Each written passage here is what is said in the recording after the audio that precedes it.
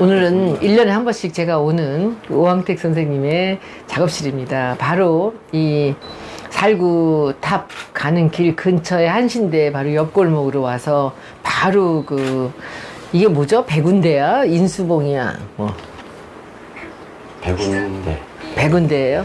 백운대 바로 밑에 있는 아주 고즈넉한 그런 공방입니다.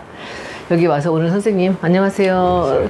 여러분들 많은 분들이 오왕택 쌤을 알고 계세요. 그러나 제가 직접 오왕택 쌤을 이렇게 인터뷰를 한 것은 지면으로 우리 지면으로 해서 책 만들 때 그때 개인전 할 때 책 만들 때 외에는 처음인 것 같습니다. 근데 유튜브로 제가 오왕택 쌤을 한번 본격적으로 소개를 하려고 합니다. 오왕택 쌤님은 나전 칠기 작가신데 그 중에서도 나전이세요.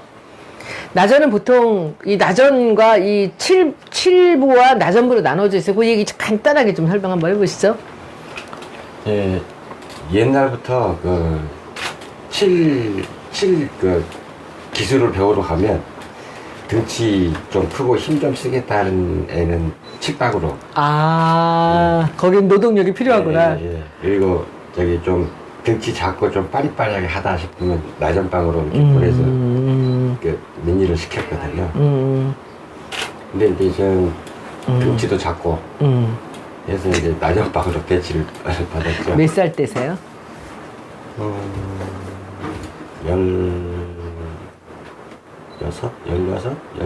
16 아마 그때쯤. 그러면 거기서 먹고 자고 같이 살면서 하는 건가요? 아니, 저기 이제 왔다 갔다 하면서 집에서 왔다 갔다 하면서. 왔다 갔다 하는 건 거기서 자기도 하고 집에 가기도 하고. 예.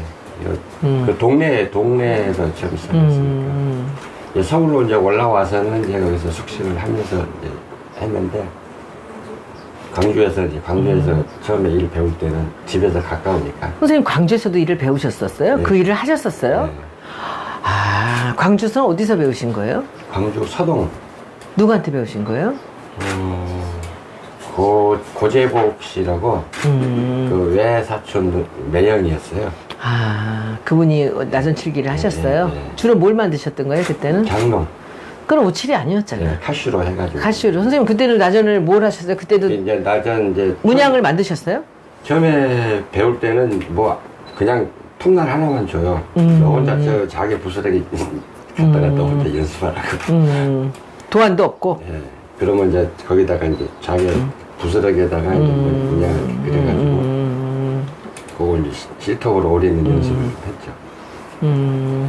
예, 그렇게 이제 하다가 이제 조금 이렇게 뭐 톱질 하는 게 좀 빠릿빠릿해 보였는지 오래 보라고 하나 던져주더라고요. 그거를 오려서 딱 내놓으니까 너 이제 작업해도 되겠다 이리 와. 그래가지고 이제 본격적으로 이제 작업대에 매달려서 작업을 시작했죠. 몇 년 하신 거예요 광주서는? 광주서 한 5년? 한 5년 정도. 그러다가 큰 뜻을 갖고 서울로 오신 거예요? 네. 그래서 서울 와서 그 장안에 그 당시 제일 유명하다는 그 김태 선생님 수하로 들어가신 거예요? 그 전에 이제 여기저기 공장에 이제 돌아다녔었어요. 그 어린 나이에. 그게 이제 이게 작업을 이제 하다 보니까 실력은 점점 늘어가는데 만족을 못 하겠더라고요. 그냥 좀 뭔가 좀 특별한 걸 좀 해보고 싶은데 그런 생각이 늘 마음속에 있었거든요. 한 번은 이제 작업을 하다가 이제 그런 얘기를 했더니 작품을 하고 싶다, 작품을 만드는 걸 배우고 싶다. 마침 김태희 선생님 댁에 가서 며칠 하다가 못 견디고 나온 친구가 바로 앞에서 있었던 거죠. 야, 거기 가면은 맨날 작품만 해. 선생님은 상품이 아니라 작품이 하고 싶으셨던 거구나. 네. 그래서 이제 그 얘기를 듣고서 전화번호 따가지고 그 일로 전화를 드렸죠. 한번 찾아뵙고 싶다고. 오라고 그러길래 가서 이제 넙죽 전하고 넙죽 전하고 선생님께 좀 배우러 왔습니다. 그렇게 하고서 이제 허락을 받고 그 다음 날부터 이제 짐 옮기고. 테스트도 안 하고? 테스트는 이제 시작하면 이제 보는 거죠. 그때는 월급이 지금을 생각하면 최저임금 정도 수준은 됐나? 저기 장롱 공장에서는 임금을 그래도 좀 어느 정도 받는데 선생님 문화에 들어가면 그 절반은 그래요. 떨어져요. 먹고 사는 거는 네. 되나 그게? 먹고 사는 거가 좀 빡빡할 정도죠. 근데 예, 거기 가서는 좀 흡족하셨던가요? 처음에 이렇게 작업을 해가지고 선생님 그 보여드렸더니 이놈아 이거를 톱질이라고 했나냐고 부디딕 부시더라고요. 한다고 했는데 네. 아, 자존심이 얼마나 상하든지. 그래도 나 밖에서는 그래도 내로라 하는 사람인데. 그 톱질을 어떻게 하라고 가르쳐 주세요? 아니요. 안 가르쳐줘요? 그렇지는 않아요. 그럼 어떻게 해? 자기 스스로 이제 감각을 키우는 자기 스스로 자꾸 업그레이드 시키는 거죠. 어떻게 예를 들어서 보면 제가 선생님 댁에 있을 때 선생님 도안이 그 일본으로 나가는 물건을 굉장히 섬세했거든요. 근데 톱날이 굵으니까 뾰족하게 송곳같이 들어갔다 나와야 되는 그 자리 뭉툭해요. 이거 톱날이 너무 굵다. 내가 생각을 하다가 숫돌로 톱날을 갈았어요. 처음에 이렇게 막 왔다 갔다 하니까 가운데가 많이 갈리고 위에 양쪽이 덜 갈려요. 왔다 갔다 하니까. 예, 쓰면은 툭 걸리고 툭 걸리고 그래가지고 이제 양쪽으로만 신경 써서 가야지. 가운데는 자연스럽게 갈리더라고요. 예, 쓰니까 톱날이 얇아지니까 뒤로가 길잖아요. 이게 돌아갈 때 잘 안 돌아가요. 이렇게 딱 뾰족하게 잘 들어가게 합니다. 그래서 저 톱날을 이제 먼저 뒷면을 이렇게 조금 얇게 갈아가지고 그 다음에 옆면을 갈고 그 다음에 이제 모서리를 뒷면 모서리를 이렇게 숫돌로 이렇게 탁탁탁 다듬어. 선생님이 하라고 그래서 하신 게 아니고 선생님이 예, 하고 싶어서 스스로 그 보고 뭘 하시던가요 선생님이? 이놈 봐라 그거 아닐까?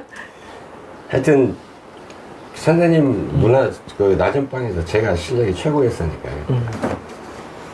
한 번은 그 톱질을 하는 거를 이렇게 돋보기를 들고 네다섯 명이 앉아서 작업을 하는데 돋보기 들고 차례차례 이렇게 톱질을 하는 걸 보세요.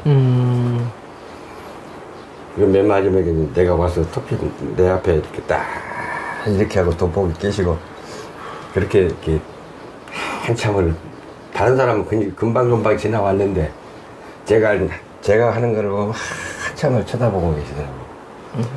그러더니 돋보기를 벗고 문을 쓱 열고 나가시면서 왕태기처럼 톱질하는 거 보고 있으면 참 재밌다고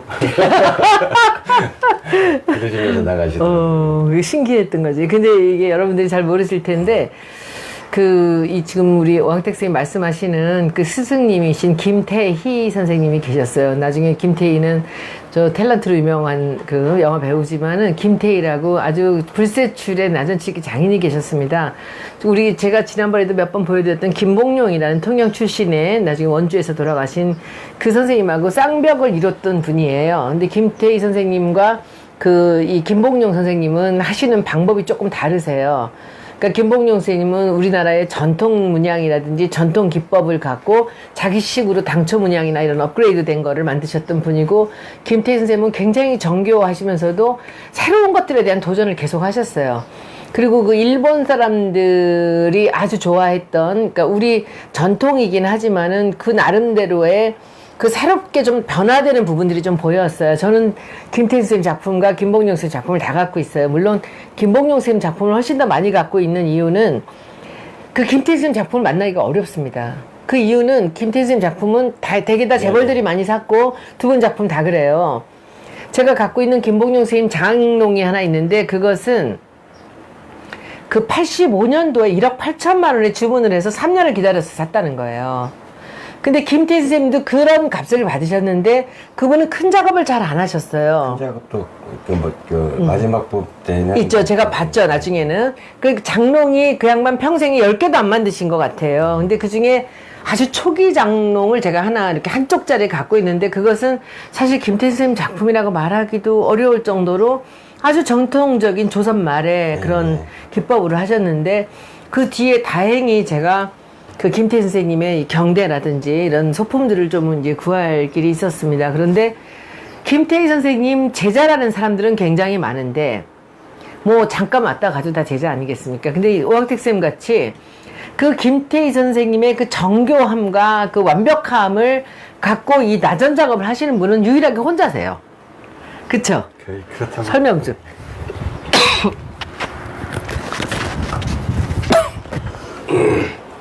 어떤 면에서 나전하는 사람들에게 살아남기 어려웠을까요? 기계가 나오면서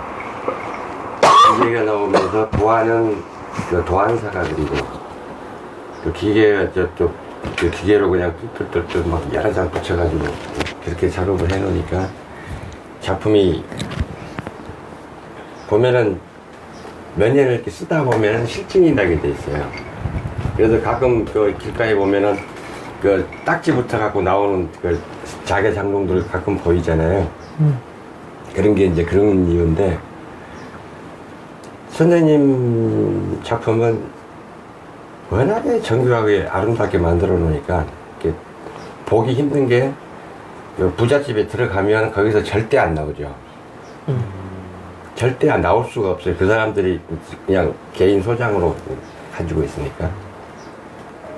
그러니까 보기 힘든 거고, 작품이 아름다우니까 버려지지를 않죠. 비싸니까. 아름다우니까. 비싸니까. 비싸게 샀기 때문에 안 나와요. 근데 이제 선생님 지금 말씀하시던 것 중에서 여러분들이 좀 이해하기 어려우신 게 있는데, 선생님이 여기 톱으로 뭘 썬다 그러시잖아요.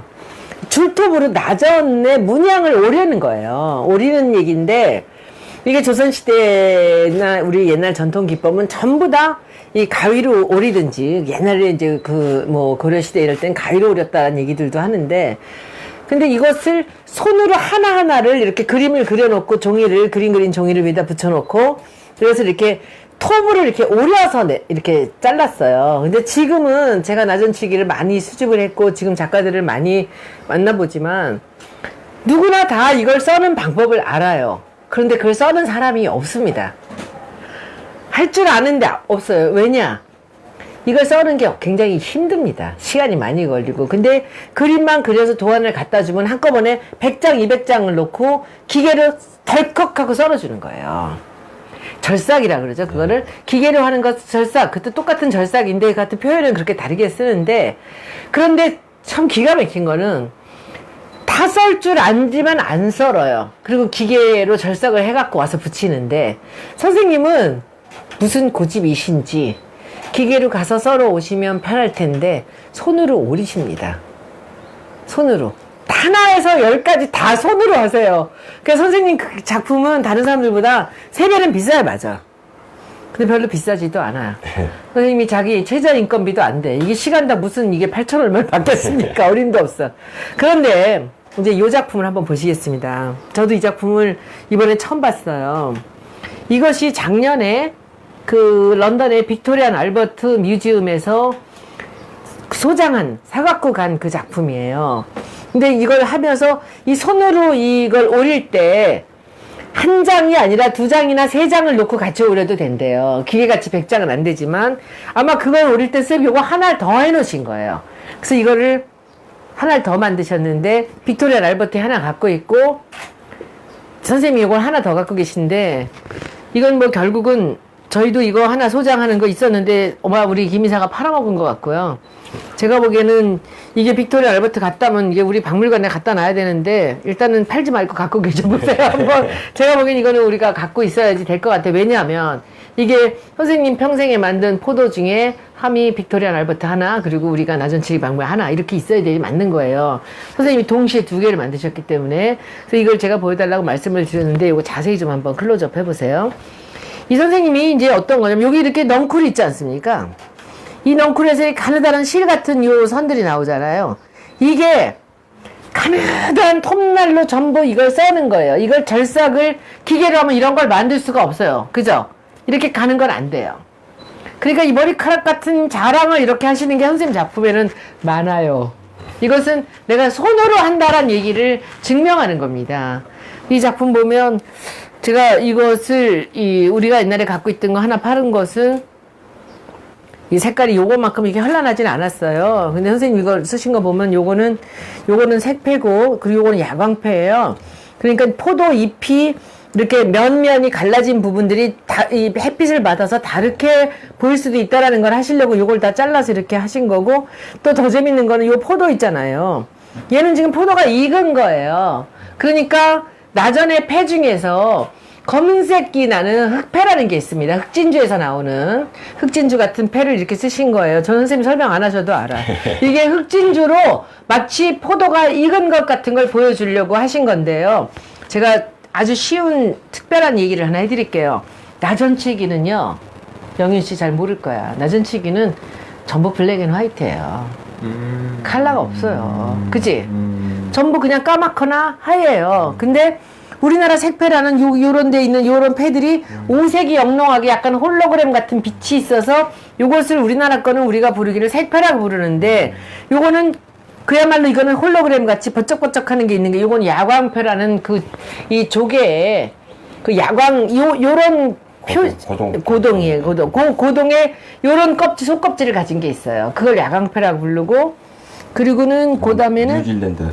요거 초록빛이 나는 요건 뉴질랜드 패가 이렇게 초록빛이 나요. 요거는 선생님 생각하시기에 이파리에 약간 녹색은 들어가야 되지 않을까 생각으로 이걸 넣으신 거죠. 그러니까 여기에 지금 선생님이 절삭을 직접 하시기 때문에 손으로 잘라서 요 면들을 하나하나를 다 다르게 보이게 하는 거야. 이거는 솜씨 자랑이에요. 그냥 하나로 해도 되는데 괜히 이러시는 거야. 괜히 그 중간에 선도 없고 그냥 다 붙이잖아요. 이걸 붙이는 건 정교함의 자랑이에요. 내가 이렇게 정교한 거 할 수 있어. 니들 할 수 있어? 얘는 머리카락 자를 수 있어?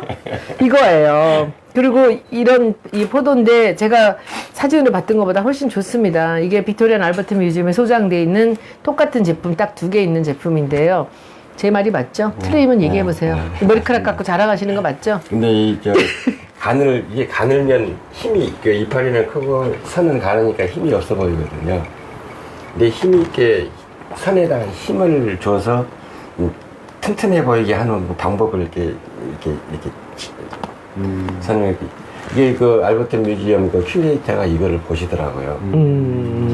선생님이 선 참 줄기가 선이 가는데 힘이 있어요. 그거 보시더라니까요. 그게 이제 이게 또 여기서 굉장히 중요한 게, 오왕택 선생님은 나전을 직접 손으로만 절삭을 하세요. 그러니까 손으로 한 것이 기계로 한 것이랑 분명히 그 전해지는 혼이 다르다라는 느낌을 본인이 아시기 때문에 힘들어도 내 거는 손으로 끝까지 내가 살아있는 한은 내가 하겠다라는 게 선생님 생각이신데, 사실은 손으로 절삭하시는 것보다 더 중요한 게 선생님은 도안을 직접 하세요. 저는 디자인을 공부했잖아요. 이 도안을 그리는 이 펜을 이걸 잘 하는데, 이걸 그리는 것뿐 아니라 전체적인 컴포지션까지도 선생님이 다 그리세요. 그리고 하나하나를 쪼개는 것까지 하는데, 김봉룡 선생님 작품이 우수한 게 선생님이 그림을 그리시기 때문에 그래요. 그리시고 절삭을 본인이 직접 이거를 나전을 썰기 때문에 자기가 그려놓고 이것을 나전을 갖고 보완할 것들을 하시는 거예요. 그런데 그림 그리는 사람이 따로 있고 절삭하는 사람이 따로 있는 작품, 그리고 그걸 붙여 작업하는 사람이 따로 있잖아요. 그러면 그게 세 개가 시너지가 일어나질 않아요. 느낌이 예. 시너지가 않아요. 근데 선생님 작품은 도안도 직접 하시고, 그리고 이것을 붙이는 거 패를 선택하고, 그리고 여기 오리는 것까지 직접 하시고, 거기다가 붙이고 이 오칠까지를 직접 하시기 때문에 본인이 자기가 이쪽 저쪽에서 보완할 부분들을 서로 하고 계신 거예요. 그래서 선생님은 어찌 보면 남들이 보기에는 굳이 이렇게까지 할 필요가 뭐 있나? 지금 절삭이 얼마나 정확하게 잘하는데, 정교하게 하는데 왜 이 짓을 하고 있어? 라고 얘기를 해요. 다른 작가들이 저한테 선생님 욕을 해. 직접은 못해요. 제가 욕하면 싸우니까. 근데 제가 이렇게 하고 있는 거는, 제가 나전 실기를 떠났다가 한 15년 떠났다가 돌아왔잖아요. 돌아온 지 이제 10년 좀 넘었는데, 제가 돌아올 때 마음이, 이게 다른 사람들은 이걸 꾸준히 하고 있었는데 장인이라는 사람이 딴짓을 했다. 죄책감이 있구나. 뭔가 빚진 그런 느낌을 받았어요. 누군가에게 좀 미안하다. 선생님. 그래서 이거를 제가 이거 돈 벌려고 낮은 칠기 다시 복귀해서 시작한 게 아니고요. 낮은 칠기라는 거를 이렇게도 하는구나. 내가 다른 사람은 그렇게 옛날 방식 그대로 안 하더라도 그래도 한 사람쯤은 있어야 되지 않을까? 근데 이거는 그런 이제 마음으로 하는 겁니다. 이런저런 이제 핑계 겸해서 하시는 말씀이고, 이제 선생님이 일단 떠났다 오신 얘기 좀 해주세요. 짧게. IMF 때 떠난 거죠. 아니요, IMF 전에 돈 작업을 해도 돈도 잘 안 나오고 애들 학교 가는데 날마다 돈 달라고 손 벌리는데 이제 돈이 없으니까 짧게 한 1, 2년만 그래도 오토바이 있으니까 그거 가지고 퀵 서비스라는 걸 한번 해보자. 오토바이가 있으셨어요, 원래? 예. 그러니까 나전 장인으로 일하시다가 있던 오토바이로 퀵 서비스를 하신 거예요? 네. 매일매일 돈이 들어오니까 그거는. 네. 그럼 나전 하시면서 퀵 서비스를 하신 거예요? 처음에는? 아니죠. 끊어버린 거예요, 그냥? 네, 그냥 해봤자 거기에 돈 뜯기고 자꾸 네. 그러니까. 그래서 이제 떠나게 됐는데 그 IMF가 터졌죠. 그러니까 그 경제가 더 나빠지면 이건 또 더 안 팔리고 더 힘들어지니까 그냥 그대로 쭉 간 게 돌아올 타임을 놓치고 해서 한 15년 동안 퀵 서비스를 했었는데. 퀵 서비스도 무척 잘하셨다면서요? 네. 도사가 됐었죠, 도사가. 그 애들 그냥 뭐 이렇게 막 그 짜장면 싣고 이렇게 하는 그 이상가게 하신 거네요? 그거는 오토바이 못 타는 사람들이 뻘짓하는 거고요. 그러면? 진짜 오토바이 잘 타는 사람은 신호 잘 지키고 정석대로 하죠. 빨리는 가요? 네. 오토바이 180km까지 달려봤는데 어디서 달려봤냐면 수원 지나서 그 밑으로 내려가는 그 비행장이 있어요. 그 앞에 신호등이 있거든요. 그 천천히 가다 일부러 신호등이 걸려요. 그러면은 거기서 출발. 앞에 차는 다 다 빠지고 뒤에는 이제 신호 바뀌기 대기하고 있잖아요. 신호 딱 바뀌면 스타트 해가지고 기아 변속 하고 쫙 당기면 쫙 끝에만큼 가서 백미라고 보면 아무것도 없어요. 제가 아는 분이 오토바이 타시는 분이 있어요. 어떤 회장님이신데 그 어디 갔다가 여러 사람이 같이 차를 타고 오는데 이분은 주무셨어 계속. 그리고 제가 그때 운전을 하고 뒤에도 사람들이 다 자고 있었어요. 저 혼자서 운전을 하고 있는데 북부 간선도로 아니야 북부가 아니라 저기 충북 쪽에 어디였던 것 같아. 창녕 갔다 오는 길인데 길이 이렇게 쭉 나있는 거예요. 근데 이분이 주무시다 말고 벼랑간 이렇게 탁 깨시더니 손 사장 이런 데서는 그냥 하면은 뿅 하고 사라진다는 거야. 그 얘기죠 바로 지금 그게. 아, 난 그때 얼마나 무서운데 주무시다 말고 그 길이 나오니까 오토바이 타는 분들은 그 길이 오토바이 타기 얼마나 신나는 길인지를 그 밟을 수 있는 직선도로 있잖아요. 그 얘기를 하시더라고요. 그걸 하셨구나. 퀵 서비스 하시면서. 근데 오토바이도 좋은 것도 아니잖아. 이분은 BMW 타셨는데. 저는 밴디트라고 일명 미친년이라는 별명이 왜? 오토바이가 있거든요. 이리 뛰고 저리 뛰고 그러나? 아니 배기량이 400cc인데 이게 출력이 어마무시하게 좋아요. 어머나 한국 거예요? 아니 스즈키 400cc밖에 안 되는데 네. 실제는 더 800 와. 거의 800 출력까지 나오는 그 400cc. 그거를 타고 퀵 서비스를 하셨어요? 네. 아, 그거 어디 있어요 지금? 없어졌죠. 사고는 안 나셨어요? 사고도 중간중간 가끔 났었죠. 야, 내가 그거 하다가 어떻게 돌아오신 거예요? 다시 15년 만에 돈도 잘 버셨는데? 이제 애들이 대학을 졸업하니까 집사람이 이제 졸리기 시작했죠. 당신 옛날에 그 낮은 시간 때가 얼마나 좋아했는데 그 좋아하는 거 다시 해야 된다. 저는 반대했죠.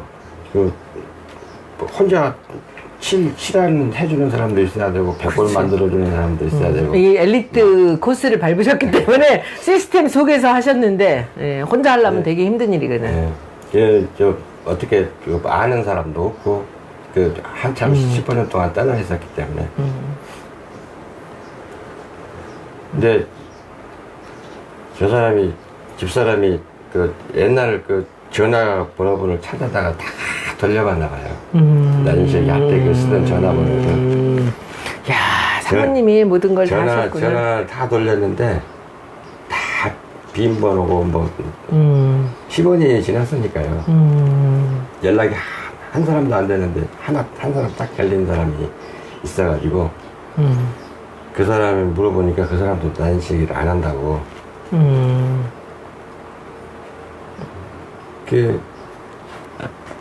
그러더니 나중에 한 1년 정도 있다가 다시 난시기를 하려는데 와서 좀 도와줄 수 있겠느냐고 그분이? 전화가 왔어요. 그래가지고 한번 보자고 가서 만나봤는데 이제 장동이죠. 이제 카시나 해가지고 이제 제가 이제 도안을 그려서 이렇게 본을 떠주면 결삭 해가지고 붙임질 해주는 사람도 따로 있고 그래서 이제 기물에다 붙여주면 칠은 또 다른 곳에 맡겨서 작업하고 그런 형식이었는데 하다 보니까 영 안 맞는 거예요. 성격에. 그래서 그만해야 되겠다고 때려치고 이제 그때부터 집에서 이제 살살 이제 작품전? 네, 작품을 공모전 준비? 네, 준비를 했었죠. 혼자.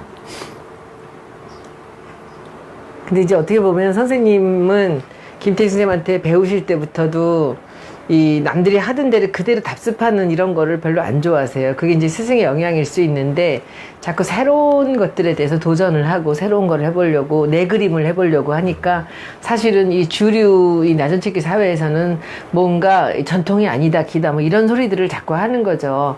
근데 전통이라는 것은 옛날 것을 그냥 지키는 게 아니라 그 시대 걸 만들어내는 거거든요. 전통은 사전을 보면요 개통을 이루어서 살아남은 것들이에요. 그러니까 우리가 네. 20세기, 21세기에 전통을 해야 되는데 21세기의 작가가 19세기 작품을 그렇죠. 하고 있으면 안 되는 그렇지. 거죠. 21세기에 사는 작가는 21세기 작품을 그러니까. 해야 만든 거고. 그러니까 이게 만약에 옛날 거 같았으면 이걸 누가 했겠냐고요. 이걸 빅토리아 알버트 뮤지엄이 한국의 조선시대 나전치기를 여러 점을 갖고 있어요. 근데 이걸 똑같이 만들면. 그런데 우리나라 국박은 그런 것들을 사들여요. 지금도. 그러니까 가짜들 이렇게 이제 막 유통이 되는데 빅토리아 알버트 뮤지엄이나 대형박물관은 지금 거를 사요. 그러니까 아마 우리나라 나전치기 작가 중에서 빅토리아 알버트 뮤지엄에서 작품을 산 거는 아마 선생님께 유일할걸요? 나전치기 작품은 그렇죠. 네. 그래서 제가 선생님 작품을 빅토리아 알버트에서 샀다는 얘기 했다가 제가 상임에서 했다가 내가 우리 작품을 팔아달라고 그런다는 소리를 하면서 조선일보 따위가 그 난리를 친 거 아닙니까? 근데 선생님한테는 안 찾아왔어요? 신문사들이 찾아왔을 텐데? 예. 어디가 왔어요? 전화도 오고 SBS에서 왔어요. 왔는데 뭐 듣고 싶은 얘기를 안 해주니까 안 나온 거지? 예, 저기 왔길래 당신들 입맛에 맞는 얘기 안 하면 방송 안 할 텐데 왜 내가 시간 낭비를 하느냐. 그랬더니 뭐 형평성 차원에서 들어보고 보자 왔대요. 딴소리 할까봐 녹음기를 켜겠다. 그 촬영하려면 딸내미는 촬영하지 말자고. 그래서 내가 뭐가 두려워서 촬영해라. 그래서 녹음기 켜겠다. 그래서 녹음하고 자기 촬영하고 왔었어요? 예. 네, 하나도 안 나왔지 선생님 거. 했는데 방송 안 나오죠. 그러니까 미담이 나올 때는 방송을 안 하고 황삼영 선생도 뭐 좋은 얘기 한 건 하나도 안 하고 어느 부분만 딱 걸려서 이제 그렇게 낸 거죠. 그러니까 그때 아마 우리나라에 저랑 관련되는 모든 나전칠기 하시는 분은 다 찾아갔을 거예요. 팔도강산 다 찾아갔대요. 그래서 제가 뭔가 돈이라도 떼먹고 가격이라도 깎고 뭐 하청을 시키고 뭐 위탁을 했다가 무슨 먼지 사이즈를 돌려줬든지 이게 뭐 한 건이라도 있었으면 했을 텐데 기껏 나온 게 어디서 말도 안 되는 맞지도 않는 사실을 갖고 제가 상임위에서 우리 있는 박물관에 있는 물건을 국박에다가 팔아달라고 그래. 미친 것들 아니에요. 어느 날 갑자기 우리 회사에서 전화가 왔어요. 조약도를 사고 싶다고 연락이 왔대요. 그래서 제가 그 사람들이 돌았구나. 제정신이 아니구나. 해서 그때 우리 비서들한테 제가 얘기했잖아. 19세기 그 물건들만 쭉 있는 데다가 거기 하나 덜렁 갖다 이 갖다 놓으면 뭐 하냐고요. 그래서 제가 지금 것들을 사고 싶으면 일단 지금 있는 무형문화재들 다 훑어서 대표작을 하나씩을 사라. 골라달라면 제가 골라주겠다. 그리고 니네들은 지금 이 조약도를 갖고 있을 만한 자격도 없을 뿐더러 어디 감히 나한테 와서 그것을 팔라는 소리를 하느냐 했더니 그래서 끝난 거거든요. 김 이사는 그래도 산다 그러는데 팔자고. 미쳤니? 팔자고 안 그래. 우리 김 이사는 저한테 이제 물은 거죠. 그리고 그 조약도를 만드는 것은 돈이 너무 많이 들어갔고 전시도 돈이 너무 많이 들어갔기 때문에 전부 개인 제 돈이 들어간 거였거든요. 그러니까 그걸 뭐 지네들이 마음대로 어떻게 못하죠. 그리고 그거 해외 전시 나가고 뭐 그 대면 어스트한테 팔고 그런 것도 얼마나 많은 사람들이 반대하는 걸 제가 끌고 나가서 그렇게 한 겁니까. 근데 뭐 어쨌든 저는 오광택 스님이라는 분이 우리나라 나전치기에서 21세기에 그야말로 전통을 그대로 따르면서도 자기의 목소리를 내고 자기 것을 보여준 아주 대표적인 사례라고 저는 생각을 합니다. 그리고 오 선생님이 이렇게 지키고 계신 이 자리가 굉장히 소중한 자리라고 생각하고, 선생님은 아까 퀵서비스 15년 하셨기 때문에 와서 뭐 부담으로 하신다고 했는데, 저는 선생님 퀵서비스 안 하셨어도 그렇게 못 하셨을 거예요. 이 솜씨를 자랑해야 되는데 기계가 할 수 없는 걸 해야 되는데, 그 선생님은 진짜 장인이세요. 제가 보기에는 장인은요 자존심이 있어야 돼요. 그렇잖아요. 철학이 있어요. 철학도 있어야 되고, 자기가 자기 스스로를 지킬 수 있는 능력이 있어야지. 돈만 주면 다 하고 이렇게 해라 저렇게 하라고 한다고 하면 그건 장인이 저는 아니라고 봐요. 저는 오 선생님하고 지금 한 10년 됐나요? 같이 일을 시작한 지 10년 됐는데 제가 뭐 선생님 거를 도와드린 게 하나도 없어요. 그냥 개인전 한번 해드리고 이제 간간히 선생님 작품을 우리가 소장한 것들이 있고, 선생님 작품은 아주 특이해서 많이 팔기도 어려워요. 값도 비싸고. 많이 만들지도 못하죠. 예, 만들지도 못하고. 그런데 우리 롯데 전시할 때 그때 되게 재밌었잖아요. 그 초충도 그냥 왕창 다 팔고. 하나만 갖고 와볼래? 그 초충도 하나만? 저것도 이따 나가서 하나씩 한번 찍어봐요. 저 시리즈들을 우리가 10점을 만들었는데, 그때 정말 재밌었어요. 10개가 다 팔리고 주문받아갖고 계속 만들어서 한 개만 줘봐봐. 요게 이제 선생님하고 만든 거예요. 요 사이즈를 이제 제가 선생님하고 같이 작업을 했던 이유는, 제가 안타까웠던 게 뭐냐면, 이게 항상 이렇게 함을 만들고 장을 만들었을 때 제값을 못 받는다는 생각이 들었어요. 이 정도 그림으로 만들어서 이런 공이 들어갔을 때 이 작품의 가치가 꽤 있는데, 사람들은 이 가치를 두지 않고 자꾸 함이나 상이나 이런 데다가만 가치를 두니까 이걸 오브제로 그냥 이렇게 작품으로 한번 그림으로 만들어 보자 생각을 했고, 선생님이 이걸 만드셨어요. 근데 이 모라는 요 자체도 이제 야광패를 갖고서는 그냥 이 나전으로만 한 게 있고, 요것은 이제 빨갛게 만드신 건데, 요 도화는 정말 아주 불후의 명작이에요. 미래도 너무 좋고, 저는 이 모라는 굉장히 좋아합니다, 선생님. 이걸 좋아하고, 그때는 이제 여기 밑에 벌레도 몇 마리씩 있었어요. 신사임당에 그 초충도 시리즈들이 있었고, 그래서 이 시리즈를 우리가 10개를 냈는데, 이것이 다 팔리고, 이 포도 같은 건 4개씩, 5개씩 추가로 주문을 해서 이걸 팔았습니다. 이거 하나에 우리가 200만 원에 팔았죠. 그때도 150이었나? 네, 그때 150 정도 했고, 지금 이제 사이즈가 좀 크면서, 그게 2011년이었으니까 지금 뭐 횟수가 많이 지났죠. 지금 200만 원 정도 선생님이 다음 개인전을 준비하고 계신 거예요. 여기 이따가 우리 나가서 다 찍어서 제가 유튜브 올릴 때는 편집을 좀 해서 한 카트 한 카트, 그리고 우리 박물관에서 갖고 있는 선생님 작품들까지 같이 해서 보여드리도록 하겠습니다. 선생님 개인전 언제 하시는데요? 요게 이제 다 끝나면 요거랑 같이 이거랑 저희 또 친구분들이 또 추가로 또 주문을 해가지고, 이 친구분들? 아까 저기서 팔린 거 그 친구분들이 이거를? 요거 저 2층장 옛날에 만들었던 그때 원주 내놨던 거 그거? 이따 우리 가서 볼까? 저 싸놓으셨어요? 아니요. 저 지금 아직 작업 중에 나중에 그러면 보여드릴게요. 그래서 선생님 그럼 개인전이 요거 끝나면 보통 올해 안으로는 하시나요? 올해 안으로는 가능할 것 같습니다. 어디서 하세요? 대전 가서 하세요? 네. 대전에서?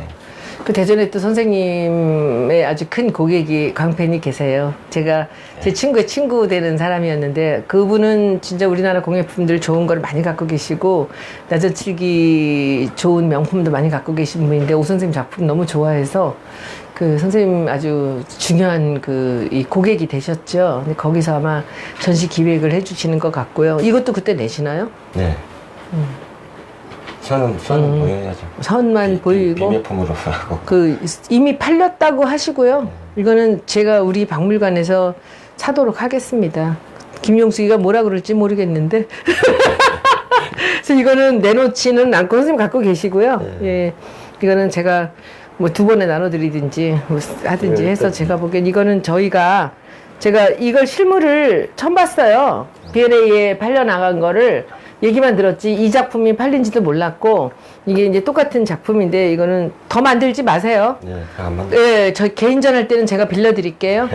개인전 할 땐 또 다른 것들 우리가 갖고 있는 것들도 선생님 작품은 우리 소장품으로 갖고 있는 것들 좀 있거든요. 제가 그런 거는 뭐 필요하다면 빌려드릴게요. 그래서 해보고 그리고 선생님 가을에 선생님 개인전 하시면 다시 저희가 또 안내해드리고 가서 또 이 정보를 또 해서 보여드리겠습니다. 작품 전체를. 근데 선생님 이제 날씨도 더운데 오늘 오래간만에 1년 만에 여기 와서 선생님은 가끔 뵀어요. 그러나 이제 1년 만에 여기를 다시 온 거는 작년 여운영 쌤 기일에 이제 7월 19일에 왔었고. 그때도 거기 네네네네네. 그리고 이제 오늘 또 왔습니다. 선생님 하시고 싶은 말씀 있으면 한마디. 이렇게 찾아주셔서 감사하고 어쨌든 뭐 의원님 좀 힘든 일이 좀 있는데 좀이 아니라 많이 있어요. 뭐 워낙에 씩씩하신 분이니까 잘 헤쳐나가실 거라고 믿습니다. 감사합니다. 씩씩해서가 아니고 제가 지은 죄가 없기 때문에 그 부분에 있어서는 이렇게 억울하게 당하는 게 제가 떳떳하기 때문에 싸울 수 있는 거고요. 그래서 좀 억울하지만 어떡하겠습니까? 이렇게 해나가야지. 근데 옛날에는 선생님한테 제가 한 몇 년 전에 인터뷰할 때 선생님한테 마지막에 하실 말씀 했더니 그때 퀵서비스 얘기 하셨어요. 그 얘기 무슨 얘기 하는지 기억나세요? 모르겠는데. 실핏줄 얘기 하셨어요. 퀵서비스가 대한민국 유통의 실핏줄이기 때문에 이것이 법적으로 이 퀵서비스 하는 사람들을 보호해주고 보험도 해줘야 되고 이걸 해줘야 된다. 지금 어떻게 됐나요? 됐나 그게? 글쎄요, 모르겠어요. 지금 뭔가 움직이고 있는 것 같아요. 그래요? 예. 여기 있는 작품들 선생님 하나씩 설명들 쭉 해보면서 이제 바깥으로 나가면 선생님 여기 저 작품을 저기를 봐봐. 저쪽에 있는 작품도 이제 제가 하나 소장하고 있는 건데 저쪽 건 선생님 전주장. 네. 선생님이 설명해 주세요. 왼쪽 거. 이건 전주장이라고 하는데 전주장은 원래 나전이 안 붙거든요. 근데 이제 의원님이 제안을 하셔갖고 여기다 나전을 놓으면 예쁘겠다. 네, 그렇게 제안을 하셔서 도안을 하고 그렇게 제작을 한 것이죠. 하나는 팔아먹고 하나는 남아있는 것 같아요. 그 전주장의 궤목에다가 이렇게 서랍 같은 데다가 이제 포도 문양 선생님이 아주 특기이신 걸 넣어가지고 한 거고, 요 오른쪽 거는 요거는 지난번에 우리 2011년 예. 그 그림으로 벽걸이 만들어가지고 나팔꽃을 저렇게 라인으로 이렇게 했어요. 선생님 작품에 보면 아까 말씀드렸듯이 솜씨를 자랑하는 얇은 주름질의 선들이 나옵니다. 머리카락 같은. 근데 그런 걸로 나팔꽃의 특징들을 저렇게 만드셨던 거고요. 근데 요건 제가 갖고 있는데, 이것도. 그러니까, 딸내미 유미 작품. 이게 유미 작품인가? 선생님, 저는 선생님 작품으로 알고 샀는데.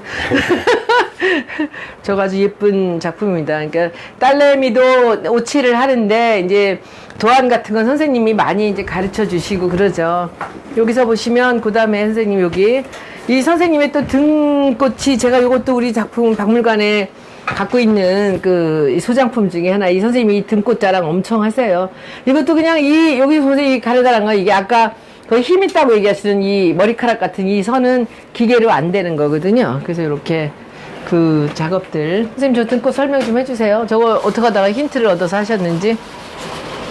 저기 등은 젊을 때부터 이게 굉장히 아무도 나선칠기에서는 표현한 적이 없거든요, 등꽃은. 근데 젊을 때부터 그 솜씨 자랑을 좀 해보려고 그 하고 싶었었죠. 그 사라사테 지구인으로가 이제 네네네네. 사라사테가 원래 연주가인데 네, 자랑하려고 솜씨. 맞아. 자기 솜씨를 자랑하고 싶은데 그걸 받쳐주는 곡이 없어가지고 자기가 그걸 직접 곡을 맞아. 썼다고 그러더라고요. 맞아. 예, 그런 맞아. 느낌이죠. 어떤 가수들은 자기 고음을 자랑하려고 딴 사람 아무도 못 따라오는 곡을 만든다 그러잖아. 네, 그래서 저 등이 또 아주 굉장히 유명한 거고, 요거는 무슨 꽃이죠? 동백. 아, 동백이구나. 동백이구나. 이게 아내가 노래해야 되는데, 이게. 이건 제가 오늘 여기 와서 처음 봤습니다. 동백 요번에 전시에 나갈 거. 저것도 유명한 명품입니다. 저 수선화. 아우, 예뻐. 이거는 정말. 13년도에 밀라노에 나갔던. 예. 저 작품이 소만 딱 2개 만들었는데, 하나는 제가 잘 아는 분이 사가셨고, 하나는 우리가 소장품으로 있습니다. 저는, 선생님 저 동백 작품 너무 좋아요. 아, 저 수선화. 예. 그 요 밑에도 보시면 여기 등꽃을 이제 요거 작게 만든 거. 그 가운데 포도 한번 보세요. 내려와야지. 응. 그 포도 작품들이 그때 롯데에서 전시할 때 가장 인기가 좋았던 작품이고요. 이거는 좀 업그레이드된 디자인입니다. 그 나팔꽃이었고, 이거 포도고. 그 다음에 아까 보여드린 모란인데 꽃이 좀 이상한데, 좀 다른데, 저거는 꽃이 모란 맞는데 이파리 보면 그 옆에 게 금낭화가 생겼네요, 새로. 네. 야, 금낭화는 선생님 칠을 저 핑크색은 구할 수 없어요? 쟨 핑크를 해야 되는데. 그죠? 금낭은. 그래서 이거 금낭화는 정말 재밌네요. 저것들, 요게 이제 다 이렇게 같이 이제 이번 전시에 나갈 작품이죠. 몇 점이나 나오나요, 요거는? 9점. 9점. 요거까지 10점. 10점. 우리한테 있는 작품들도 있어요, 선생님. 작품 더 필요하시면. 함이 한 4개 있고, 벽걸이가 한 10개. 이거 우리 벽걸이 큰 것들 좀 있거든요. 같이 하셔도 되고. 아유, 오늘 이렇게 1년 만에 와서 다시 선생님 뵈니까 사모님 일로 어딜 도망갈라. 인사는 같이 해야지. 우리 사모님 너무 이쁘세요. 우리 오왕택 선생님을, 오왕택 선생님을 그 퀵서비스 하시던 분을 다시 이 나전칠기 업계로 돌아오게 만드신 분이 우리 사모님이세요. 사모님한테 너무 제가 항상 감사드리고, 우리는 내년에 제 임기 끝날 때쯤에는 다 목포로 내려갈 거예요. 그래서 공방에 우리가 공방을 우리 이제 왕택쌤하고 또 한 분 저기 남양주에서 오칠하시는 분, 또 천사 같은 분 계세요. 그래서 이분 2분이 목포의 공방 창성장화를 맞은편 집인데, 우리 재단에서 가장 먼저 산 공방을 우리가 수리를 해서 그리 내려갈 겁니다. 그리고 저도 임기 끝나면 주말에는 늘 가 있을 거예요. 그러면 이제 선생님하고 같이 막걸리 마시고, 거기는 해물 좋고 그러니까 뭐. 음식이 좋더라고요. 음식 말도 못하게 좋아. 한번 여기 더위 좀 가시면 목포 한번 가셔서 분위기도 보고 이제 설계 어떻게 할지 이제 그런 것도 얘기 나오면 한번 다시 모시고 내려가. 지금 뭐 창성장이 너무 잘 돼갖고요. 그 주말에는 제가 감 못 자요. 그러니까 주중에나 아니면 거기 우리 재단에서 산 건물 중에 하나 이게 슬라브 건물 아주 후진 집이 하나 있는데, 그 집은 제가 비워놨으니까 거기는 돈을 안 내고 가서 선생님 주무실 수 있어요. 그러니까 언제 가실 그럴 일이 있으시면 목포는 가셔서 또 한번 가셔서 정말 하룻밤 이틀밤 며칠 주무시고 천사대교도 가시고, 차를 갖고 가면 개통됐다고 얘기는 들었는데 못 가봤어요. 차를 갖고 가면 돈이 별로 안 들어요. 기차값이 비싸거든. 그 차를 가져가면 여기저기 다니면 좋은데, 저는 선생님이 고향이 고창인 줄 알았어요. 제 고향입니다. 나 몰랐어. 저 이번에 고창에 너무 반해가지고. 가셨더라고요. 거기 고창에 그 성 둘레가 너무 이쁘죠. 어디 모양성 아니면은 모양성. 모양성. 예, 예. 고창성, 읍성. 너무 좋아. 너무 거기. 멋있더라고요. 거기 너무 좋고. 그럼 고창 어디 사셨어요? 저는 동호라는 곳이에요. 언제까지 사셨어요? 어릴 때.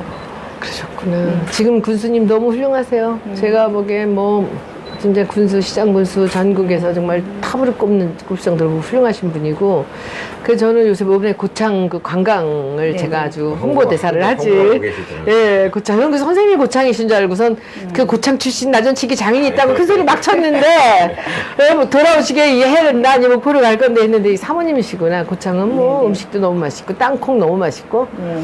수박도 맛있고, 뭐 농사 잘 되는 곳이 옛날부터 고도는 오래된 도시는 다 농사가 잘 되는 잘 곳입니다. 예. 선생님, 인심도 좋죠. 인사, 사모님도 한마디. 이렇게 찾아주셔서 감사드리고요. 의원님이 정말 어떤 뭐라고 해야 되나 그 악의적인 그런 일에 휩쓸려서 너무나 안타깝고 제가 아는 분들에게는 진실을 많이 말하고 있습니다. 그래서 정말 많은 분들이 손 의원님의 진실을 알아주셨으면 좋겠습니다. 지금 여기에 공방도 손 의원님이 8년 정도 아마 지금 후원하고 계세요. 그래서 유지를 하고 있는 거지 우리 힘으로는 정말 장인 못하고요. 또 낮은 칠기를 떠나야 될 거예요. 근데 끊임없이 이렇게 어려움 있는데도 후원을 해주시기 때문에 다른 사람 다 끊었는데 여기만 안 끊었어. 후원을 해주시기 때문에 유지하고 있습니다. 정말 감사드리고요. 손 의원님 힘내시고요. 또 용기를 막 전국에 계신 여러분 용기도 많이 주세요. 네, 고맙습니다. 제가 사실은 다른 공방들이 우리가 한 4개 정도 공방을 이제 제가 지원을 하고 있었는데 다른 데는 이제 상품으로서 만들어서 물건을 파는 데에서 독립이 돼요. 근데 오왕택 선생님은 독립이 안 되세요. 제 느낌에는. 왜냐면 작품을 하시기 때문에. 이게 상품으로 싸게 물건을 돈으로 바꾸는 작업을 하면 이거 여기서 이 살기가 되게 쉬우실 텐데 선생님은 그냥 내가 굶어 죽더라도 내가 싸구려를 만들어서 돈이 되는 거에 급급하지 않겠다는 생각을 하시는 분이라 네, 제가 여기는 제가 끝까지 이제 지키고 있었고요. 왜 그러냐 하면 이제 자기 수명이 얼마 안 남았고 이 일을 할 수 있는 수명이 많지 않아요. 왜냐하면 이게 손이 떨리면 못하는 일이고 지금도 정말 책임감 때문에 하는 거고 제가 돌아오게 한 거는 당신이 안 돌아오면 대한민국이 손해다라고 돌아오게 했거든요. 왜냐하면 디자인을 할 줄 알고 30몇 년 전에 디자인을 했더라고요. 그러니까요. 그때는 디자인이라는 이렇게 소리가 광팬 사모님이 있을 수 있어. 없었어요. 근데 정말 새벽 2-3시간밖에 잠을 자지 않고 도안을 늘 그렸어요. 그래서 그게 기억이 나서 이분을 돌아오게 하지 않으면 우리나라는 정말 이 작품이 남지 않으면 손해다. 그래서 당신이 돌아와야 된다. 그렇게 해서 다시 돌려놨습니다. 굶을 각오를 하고 돌려놨거든요. 근데 무슨 손 떨리고 수명이 얼마 남지 않았다는 분이 밤마다 저녁마다 맥주 막걸리를 몇 병이세요 요새? 기분 담배도 나쁘- 많이 피시고 막걸리도 많이 막걸리 몇 병? 맞아요. 몇 병? 매일 한 병? 각일병? 3병. 3병.